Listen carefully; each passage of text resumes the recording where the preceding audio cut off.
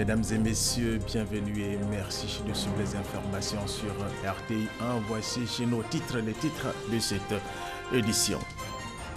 Le président de la République Alassane Ouattara est en France à Paris. Il y est pour prendre part à la cérémonie commémorative du centenaire de la fin de la Première Guerre mondiale et la première édition du Forum de Paris sur la paix.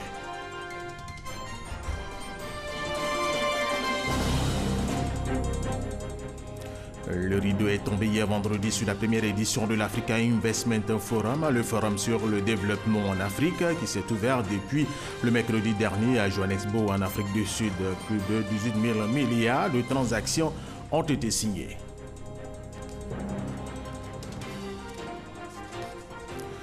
Le salon des infrastructures d'Abidjan a ouvert ses portes jeudi dernier. Hier vendredi, les acteurs du transport routier ont échangé autour d'une nouvelle solution pour la construction de routes durables. Il s'agit de l'utilisation du béton et donc du ciment. On en parle dans quelques instants avec Francis Boifo. Voilà, et nous vous le disions à l'instant, le président de la République Alassane Ouattara est en France, à Paris, et il y est pour prendre part à la cérémonie commémorative du centenaire de la fin de la Première Guerre mondiale et à la première édition du Forum de Paris sur la paix. Envoyé spécial pour RTI 1 à Paris, en France, Jérôme Kofisch à Bolin. Deux événements majeurs en France à compter de ce 11 novembre 2018 et qui justifie la présence du président de la République de Côte d'Ivoire, Alassane Ouattara, sur le sol français. Il s'agit d'abord de la cérémonie marquant le centenaire de l'armistice, ce traité du 11 novembre 1918 qui consacre la fin de la Grande Guerre 14-18, entendez la Première Guerre mondiale. Le chef de l'État ivoirien ainsi que certains de ses pairs et des dignitaires en venant participer à cette commémoration vont le faire au nom du souvenir et de la construction de la paix. S'agissant ensuite du Forum de Paris sur la paix, le premier du genre, il constitue pour ses dirigeants la réponse à la montée des tensions que l'on connaît par-ci par-là. Aussi, ce forum en 3 journées se donne-t-il pour vocation à devenir le rendez-vous annuel par excellence en vue de la promotion de la paix. Il s'inscrit dans la dynamique initiée par le président français Emmanuel Macron pour réaffirmer l'importance du multilatéralisme face aux défis actuels. Le président ivoirien Alassane Ouattara, à cette haute rencontre, réaffirme ainsi sa volonté de faire en sorte que la Côte d'Ivoire soit toujours au grand rendez-vous. Avant Paris, pour sa participation à ces événements dans la capitale française, le président Alassane Ouattara était à Berlin, en Allemagne, un séjour dans le cadre des travaux de la conférence économique du G20 Afrique, axée sur les investissements directs de l'Allemagne sur le continent africain. Jérôme Kofisch à Bolin. Ici, en Côte d'Ivoire, le vice-président Daniel Kablan-Duncan a inauguré la première usine en terre ivoirienne du groupe Nexans, leader mondial des solutions de câblage et de connectivité avancée. Cette usine située dans la zone industrielle du PK24 va permettre à l'entreprise Nexans Côte d'Ivoire d'alimenter le marché énergétique ivoirien en matériel électrique. Mahama Traoré. Dans les ateliers de Nexans Côte d'Ivoire, situés dans la zone industrielle du PK24, seront assemblés des câbles électriques de basse tension. Cette unité industrielle est également la première de la région ouest-africaine à produire des transformateurs et des postes aux sources préfabriqués. Une aubaine pour le marché énergétique ivoirien, d'autant plus que cette offre provient du leader mondial des solutions de câblage électrique. Cette usine sera également notre porte d'entrée pour l'exportation dans la zone UEMOA. À ce titre, elle participera au rayonnement de la Côte d'Ivoire dans la zone. Plus que partout ailleurs, l'Afrique doit anticiper et préparer le terrain aujourd'hui au profond changement de demain. Suscitée par la filiale marocaine, l'implantation en terre ivoirienne du groupe français Nexans est un investissement de 10 milliards de francs CFA pour une centaine d'emplois créés. C'est aussi le fruit de la politique industrielle de l'État, marquée par l'aménagement des zones industrielles sur l'étendue du territoire. Ces efforts vont se poursuivre, assure le ministre de l'Industrie. Les études sont en cours pour le développement d'autres zones industrielles à Yamoussoukro, à Bonoa, à San Pedro et à Boissot. Finalisons actuellement les termes contractuels avec un opérateur à maîtrise d'ouvrage public pour le lancement des travaux d'aménagement au cours du premier trimestre 2019 de 127 hectares et poursuivons également des négociations avec Afreximbank pour l'aménagement de 112 hectares. Au regard des besoins énergétiques du pays, le vice-président Daniel Kablan-Duncan fonde l'espoir que le marché ivoirien sera porteur pour le groupe français. Il n'y a qu'à regarder l'urbanisation grandissante, l'amélioration du pouvoir d'achat des populations et surtout les grands chantiers de construction engagés par l'État, à savoir les ponts, les logements sociaux, dont notre pays a été le témoin sur ces 7 dernières années pour s'en convaincre.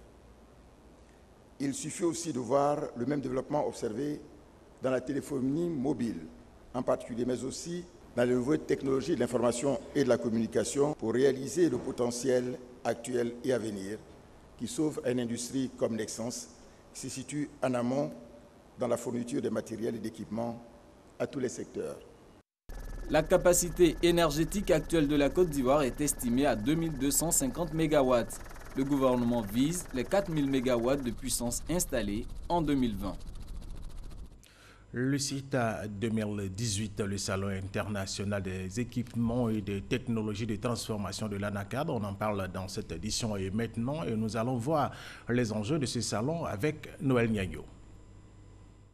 Palais de la culture de Treichville, devenu palais pour 72 heures du marché d'Afrique des équipements et technologies de transformation de l'ANACAD CIETA 2018. Producteurs, investisseurs, chercheurs financiers, partenaires au développement et autres acteurs de la filière cajou de Côte d'Ivoire, d'ailleurs en Afrique et surtout d'Asie, sont à nouveau à Abidjan. Au cœur de leur rencontre, une préoccupation, faire de la transformation de l'ANACAD une mine d'opportunités pour la jeunesse africaine. La mine d'opportunités commence par les produits dérivés du cajou. Nous avons 9 produits dérivés à base de pommes de cajou. Le premier, c'est le jus de pomme de cajou qui est très riche en vitamine C.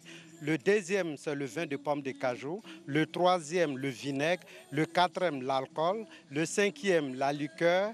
Le sixième, vous avez la confiture. Le septième, vous avez la farine qu'on prend pour faire les biscuits. Et enfin, le neuvième, c'est le semi-confit de pommes de cajou. À cette diversité de produits dérivés correspondent des équipements. Pour le jus, on a besoin d'une presse pour presser. Pour l'alcool, on a besoin d'un distillateur. Et pour la confiture, on a besoin d'une marmite industrielle pour pouvoir cuire la pomme de cajou. Ce sont les machines de la faim. Vous avez cette machine qui est un classificateur. La machine qui suit, c'est une ensacheuse sous vide. Pour celles qui font du local, vous avez cette machine qui est une assaisonneuse. On peut faire tout ce qu'on imagine, même qu'on n'imagine pas. Il suffit d'être un peu inventif. Avec l'ANACAD, c'est vraiment une mine d'opportunités. Toutes ces gammes d'équipements peuvent être fabriquées localement et à moindre coût. Le coût d'investissement pour pouvoir avoir une unité de valorisation de la pomme de cajou, c'est-à-dire du jus jusqu'à l'alcool, on peut avoir ça à 2,5 millions de francs CFA.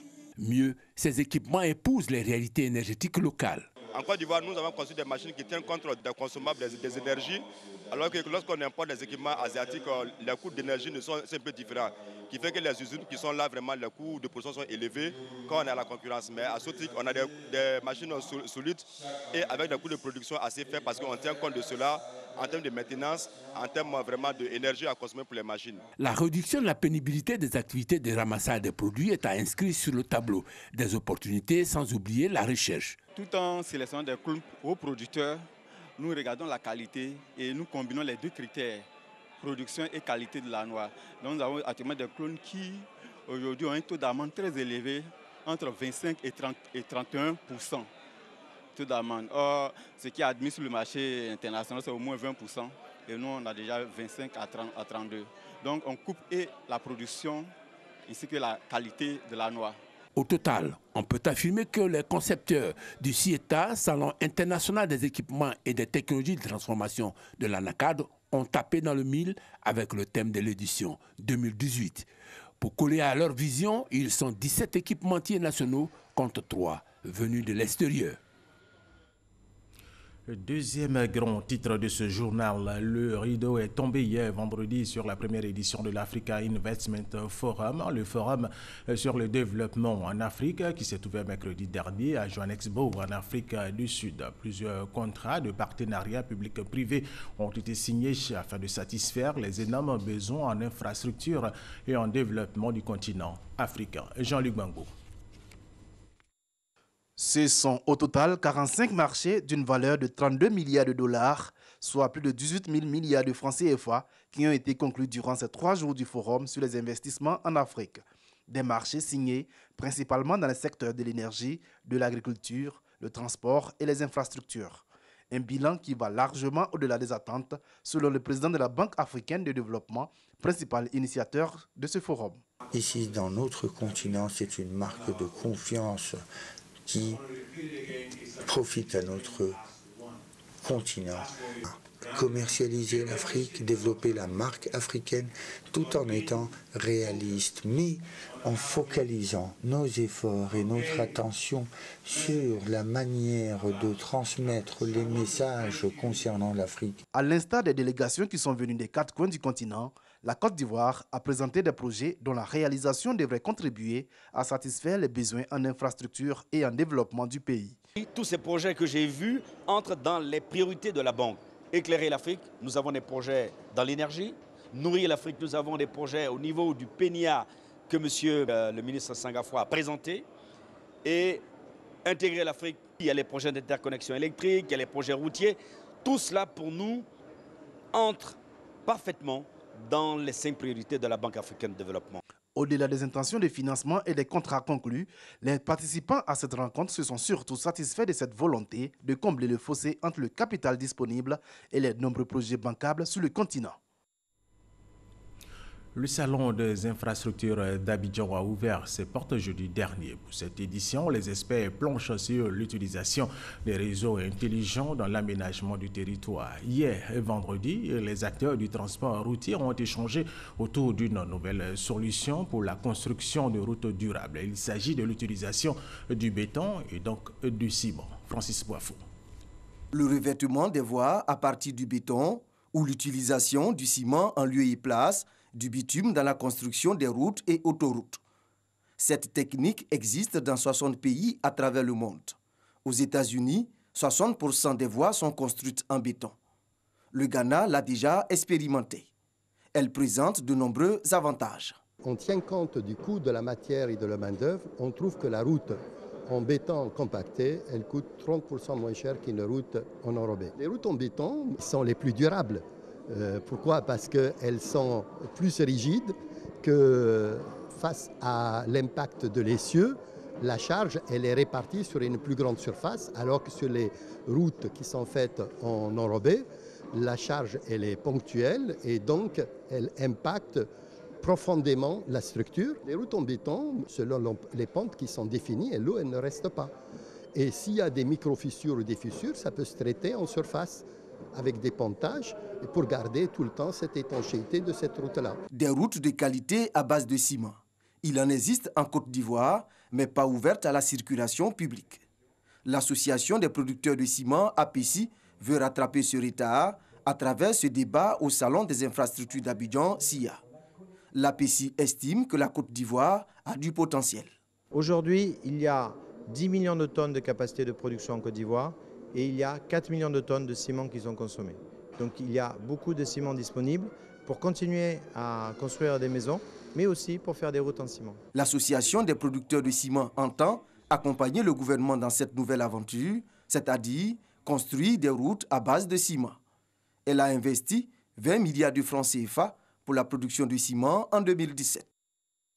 Francis Boifo, toute autre chose à présent, les services de santé publique sont perturbés depuis le lundi dernier par une grève. Le ministre de la Santé et de l'Hygiène publique, le docteur Eugène Aka Aweleche, lors d'un point presse tenu hier vendredi, appelle le syndicat gréviste à la reprise du dialogue. Didier Nguessan.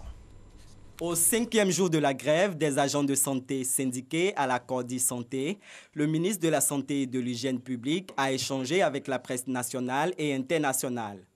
De ses propos, il ressort que sur les 28 points de revendication, 10 points relevant de sa compétence ont été traités. La mise en œuvre du procès verbal d'accord a ainsi permis 1. de reformuler les décisions de mutation jugées punitives des agents de l'Institut de cardiologie. 2. D'intégrer et d'annuler les décisions de mutation des infirmiers et des sages-femmes intervenue dans le cadre de la grève de janvier à avril 2017.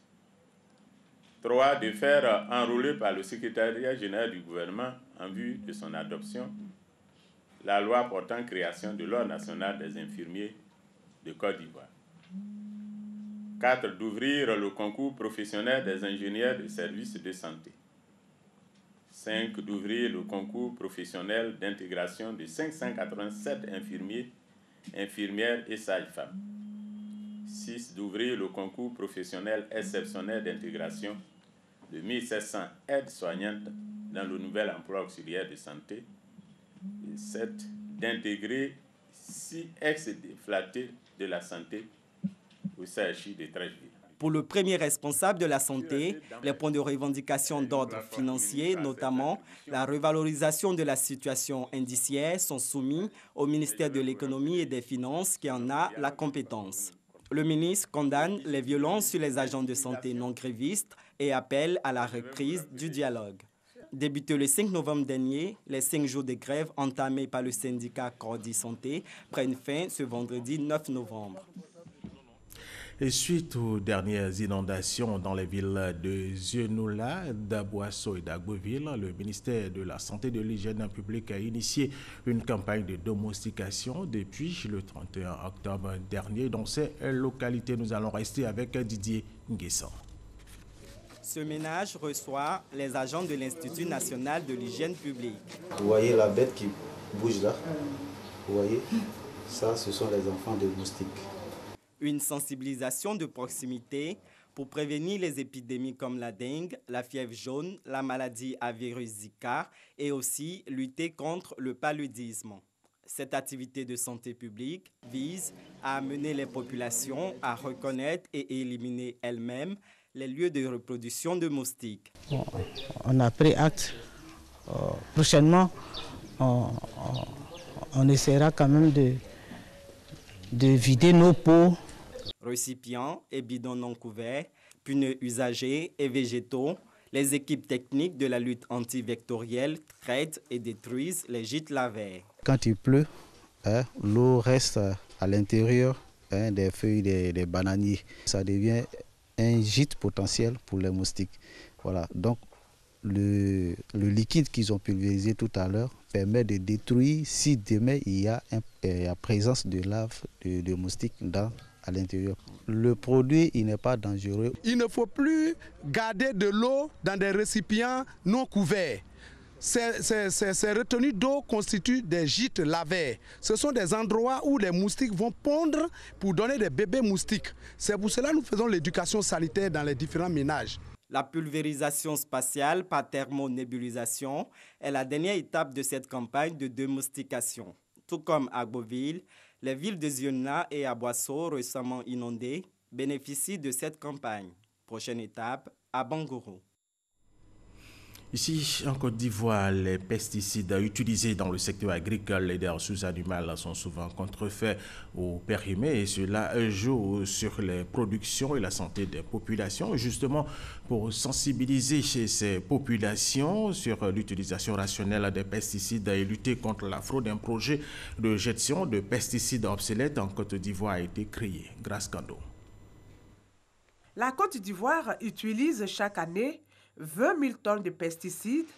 Près d'un quart de ces pesticides utilisés en agriculture est obsolète, c'est-à-dire frauduleux, périmés ou interdits. Ces produits chimiques sont utilisés pour lutter contre les champignons, les mauvaises herbes et protéger les cultures des insectes nuisibles. La plupart des pesticides sont souvent mal utilisés. Dans chacun des départements de Côte d'Ivoire, vous avez des structures d'encadrement. L'ANADER est installée partout. Donc, lorsque vous avez un souci majeur dans votre plantation, il faut venir vers ces structures d'encadrement. Les pesticides ne devraient pas être utilisés de façon systématique. On ne doit utiliser les pesticides que lorsque c'est nécessaire, selon le type de culture et à la dose préconisée par celui qui a testé le produit en expérimentation agricole. La liste des pesticides autorisés et homologués est connue. Dans la réglementation ivoirienne, tous les insecticides doivent se présenter sous cette forme. C'est-à-dire, le contenant doit être recouvert d'une étiquette de couleur violet clair. Deuxième élément, l'étiquette doit être écrite en français. Les pesticides mal utilisés ou lorsqu'ils sont obsolètes peuvent avoir des effets néfastes sur l'environnement et la santé. Ces produits agissent sur le sang. Donc vous allez développer de l'anémie par exemple. Il y a des troubles rénaux, il y a le cancer même que ces produits peuvent provoquer. Chez les femmes, ça peut conduire à l'infertilité. Dans le lait de la femme, on a fait des analyses, on a retrouvé aussi des pesticides. Chez l'homme, ça peut conduire aussi à l'infertilité en agissant sur les spermatozoïdes. Quand le système hormonal est désagrégé, effectivement, c'est tout le mécanisme qui marche mal et puis les conséquences s'en suivent. Les pesticides illégaux et contre-effets menacent l'économie et 90% des pesticides frauduleux entrent en Côte d'Ivoire par la frontière de l'Est.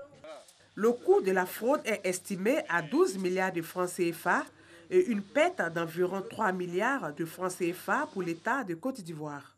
Ceux qui fraudent ne sont pas connus dans les registres du ministère du Commerce, du ministère de l'Économie et des Finances. C'est des structures qui ne sont pas déclarées, qui ne paient donc pas d'impôts et qui font donc une concurrence déloyale aux entreprises légalement constituées et qui paient des impôts. Depuis 2016, le gouvernement a pris la mesure de ces pertes et des risques sanitaires. Pour les juguler, le Projexi, projet de gestion des pesticides, a été mis sur pied. Il a déjà permis de répertorier l'ensemble des dépôts de vente de pesticides sur tout le territoire. Nous en avons 6 000, les dépôts de pesticides, nous avons 6 000 identifiés sur l'ensemble du territoire. Donc ça se fait dans les 110 départements de Côte d'Ivoire. Bon, on a utilisé une nouvelle technologie aujourd'hui qui permet, lorsque vous rentrez dans un magasin, de collecter toutes les informations dans ce magasin. D'abord les caractéristiques de l'ensemble des pesticides et aussi pouvoir les archiver de façon électronique. Prochaine étape, faire l'inventaire des produits phytosanitaires disponibles dans ces 6 000 magasins. Pour optimiser les actions de lutte, un système d'information est envisagé pour gérer les cycles de vie des pesticides en vente sur le marché, de sorte qu'il ne se vende plus de pesticides périmés. Un cadre de réglementation est aussi à l'étude afin de mettre en place un système pollueur-payeur. Il faut renforcer le cadre réglementaire de sorte à pouvoir, je dirais, sanctionner celui qui détient un pesticide obsolète. Pour le moment, la loi reste générale. Nous voulons une loi ou des textes réglementaires ciblés sur les pesticides obsolètes. Heureusement, les bonnes pratiques existent. J'ai opté vraiment pour ce qui est vraiment bien, ce qui vraiment peut nous arranger et pas trop cher aussi. Voilà. Donc, depuis que j'ai commencé cette histoire de plantation, je me suis fait vraiment conseiller d'abord. Voilà, avant de prendre tout produit. Quand vous prenez le produit à l'extérieur, je peux dire de façon générale, lorsque vous amenez ce produit en Côte d'Ivoire ici, vous exposez tout le monde parce que vous ne savez pas est-ce que ce produit-là, il est conforme, il peut être utilisé ici. Que quand vous prenez un produit ici en Côte d'Ivoire, s'il y a un souci, vous connaissez le fournisseur, rapidement vous pouvez faire remonter la chaîne. En Côte d'Ivoire, il y a une législation phytosanitaire. Donc pour être en conformité avec la loi, on préfère s'approvisionner ici. Mais pour ceux qui ne sont pas rassurés, des alternatives de biopesticides existent déjà sur le marché pour un certain nombre de produits, dont la banane. Au niveau de la culture maraîchère, il y a aussi des alternatives qui ont été identifiées sur certains champignons comme le sclérotium, sur lesquels nous sommes en train de faire des recherches aussi, des études de dissémination de technologies pour la lutte contre ces parasites-là. Ces résultats sont là, la restitution a été faite. Et aujourd'hui, nous pouvons dire qu'il existe ces produits. Le projet de gestion des pesticides est financé par le Fonds pour l'environnement mondial. Il va permettre d'éliminer les pesticides obsolètes qui sont des véritables poisons pour l'homme et l'environnement. Grâce à Kando, la Cour d'appel d'Abidjan a effectué hier vendredi sa rentrée judiciaire et installé ses magistrats. Pour cette rentrée, ce sont 4602 dossiers qui attendent les magistrats. Issa Tchonon Yeo. Après 2 mois de vacances judiciaires, l'heure est à la reprise à la Cour d'appel d'Abidjan. Une rentrée solennelle effectuée ce vendredi, synonyme de reprise de l'ensemble des activités au sein de la juridiction. Un bilan de l'année judiciaire précédente dressé fait état de 3630 décisions rendues et 972 en attente. Occasion pour le président de la Cour d'appel d'Abidjan d'exhorter les magistrats à être des hommes intègres. C'est avec joie que la Cour d'appel d'Abidjan vous accueille officiellement ce matin. Elle est particulièrement heureuse du renfort que vous constituez afin de venir à bout des dossiers dont le nombre s'accroît d'année en année. C'est donc dire à quel point votre apport est précieux. Vous qui êtes, sans exception, des magistrats à l'expérience avérée. La Cour compte sur vous. Vous n'avez pas le droit de la décevoir. Quant au bâtonnier de l'ordre des avocats, il a mis à profit cette rentrée solennelle pour demander de faire de la justice une institution indépendante pour le bien-être des justiciables. Nous, avocats, magistrats, notaires, greffiers, huissiers et toutes les autres parties prenantes à l'œuvre de justice, avons une responsabilité historique. Nous sommes les seuls à avoir pour profession de concourir à la justice une vertu, un idéal, une quête, une conquête. Nous devons en avoir conscience, plus encore aujourd'hui qu'hier.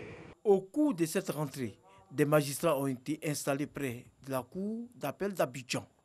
Ils se chargeront de traiter les 4602 dossiers de l'année judiciaire qui vient de démarrer, en attendant d'autres au cours de l'année.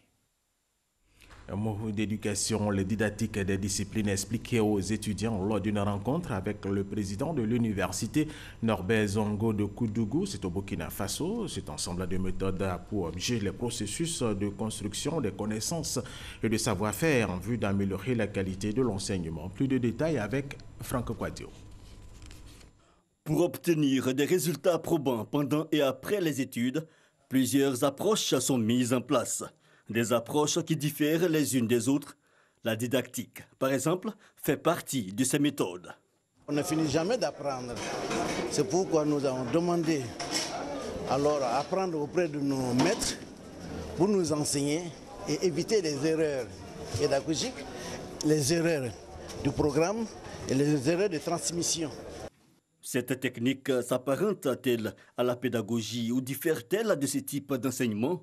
Apparemment, la didactique se confond à la pédagogie parce que les sciences de l'éducation ont commencé par la pédagogie. Quand on parle de didactique, il faut toujours didactique de la discipline, didactique des mathématiques, didactique des langues, du français, de la philosophie, de la géographie. C'est toujours didactique d'une discipline. Elle est mieux organisée, elle se réfère à des théories, à des sciences, à des expériences d'ailleurs, pour pouvoir construire cette didactique qui a amené en Europe, bien sûr, à rehausser le niveau du système éducatif. Lors d'une conférence, les étudiants ont bénéficié du bien fondé de l'intérêt et des perspectives de la didactique pour l'Afrique francophone au sud du Sahara. La didactique, pour moi, de ce que j'ai compris, c'est la méthode qu'utilisent les enseignants pour nous apprendre leurs disciplines, leurs différentes disciplines. Donc c'est leur manière de nous transmettre ce qu'ils savent déjà. Cette rencontre a enregistré la présence du président et du vice-président de l'université Robert Zongo du Burkina Faso, des experts qui ont mis en exergue l'importance du nouveau mode d'acquisition de savoir en vue de faciliter l'accès à une formation de qualité, tout en aidant apprenants et enseignants à comprendre le processus d'éducation en se familiarisant avec différentes disciplines. Et terminons avec cette information. Environ 20 personnes ont été tuées, plus de 40 autres ont été blessées hier vendredi dans l'explosion de 2 voitures piégées placées par des islamistes Shebab près d'un hôtel très fréquenté de Mogadiscio, la capitale de la Somalie. La plupart de ces personnes étaient des civils qui passaient non loin de l'hôtel au moment de l'attaque. Rappelons que des responsables politiques somaliens ont l'habitude de séjourner dans cet hôtel. Voilà, c'est la fin de cette édition. Merci de l'avoir suivi.